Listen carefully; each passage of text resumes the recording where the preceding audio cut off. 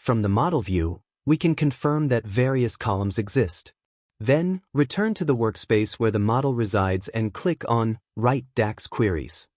Once the DAX query view opens, open the Copilot window and enter the prompt. Tell me about the model.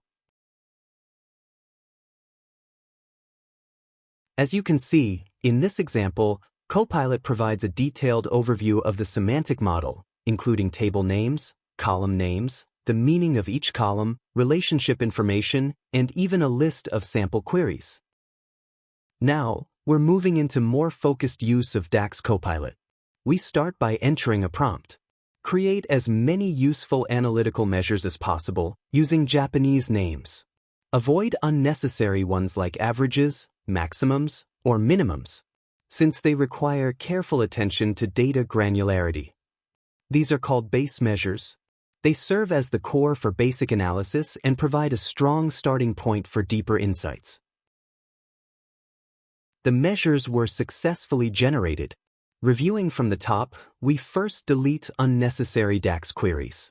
However, among the generated measures, the one based on the sales column is named gross sales, while the measure based on the COGS column is mistakenly named total manufacturing cost. Next, I asked DAX Copilot to rename gross sales to net sales and total manufacturing cost to cost of goods sold. Just to be clear, this was actually a misunderstanding on my part during the demo creation process, but although total sales quantity originally corresponds to sales quantity, I mistakenly thought the sales quantity measure was missing. Because of this, I also included a prompt asking Copilot to add a sales quantity measure. As a result, when I gave the prompt, total sales quantity was replaced with sales quantity, and the measure was added accordingly. Now, let's take a closer look at the outcome and see how these changes were applied. As you can see, the names have been correctly updated and properly reflected. To verify the calculation results, click the Run button, and if there are no issues, click Keep Query to add the DAX measures to the model. Add a new tab and create DAX measures that were not suggested in the initial prompt. What's needed here is a measure for the discount rate, but unlike before, this time we explicitly provide Copilot with the exact definition of the measure to ensure it understands precisely what we want. Let's send the prompt and wait for the results to be returned. When I review the output, I see that the discount rate measure is correctly built based on the calculation logic I provided, and additionally, the total gross sales measure was automatically created as well. To verify that the values are calculated correctly, first click the Run button and carefully confirm that the expected values appear in the table as intended. Next, proceed to write the DAX measures into the model by clicking the Keep Query button. After that, select Update Model with Changes to commit the two new measures to the data model. Finally, you can review and inspect these newly added measures on the right side of the screen. Open a new tab and have it generate a DAX measure called Manufacturing Cost. This time, unlike before, no definition is provided, so what kind of result will we get? The result may look fine at first glance, but in reality, it's a measure that simply sums the manufacturing price column of financials table, which is incorrect. Therefore, let's try sending the prompt once again to see if it can generate the correct DAX measure. Note, even though the model's column names are in English, I'll provide the necessary column names in Japanese. Let's take a look at the results.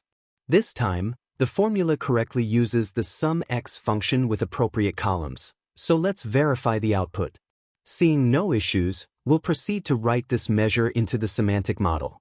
Although these are just fundamental measures required for analysis, the total number of measures is gradually increasing. From here, let's try creating measures more dynamically and explore some advanced scenarios. First, we'll output all the measures we've created so far into the DAX query view. Since comparative analysis is very important in analytics, we'll ask Copilot to create measures for year-over-year figures, comparisons based on amounts, and growth rates. Although the prompt will be quite long, I'll enter it clearly and comprehensively to cover as many necessary measures as possible. Even if the input is somewhat rough, DAX Copilot will break down the prompt behind the scenes so the AI can understand it properly and deliver accurate results. The results have come back, and it seems a large number of measures were created. As I slowly review them from the top, I can confirm that year-over-year measures, difference measures, and change rate measures have all been properly generated and organized. It's easy to imagine that building these manually would take an enormous amount of time and effort, so the productivity boost provided by DAX Copilot is truly remarkable and game-changing for analysts and developers alike. Finally, let's delete any unnecessary DAX queries and carefully verify that the calculation results of the DAX measures are correctly displayed in the table. Since there are many measures, the table becomes quite wide, but it appears that all calculation results are properly shown. As the last step, let's keep the query and apply the changes to the model. This concludes the demonstration of DAX Copilot, and I hope you now have a clear understanding of its incredibly powerful capabilities and how it can significantly boost your productivity and simplify complex analytical tasks. Thank you for watching.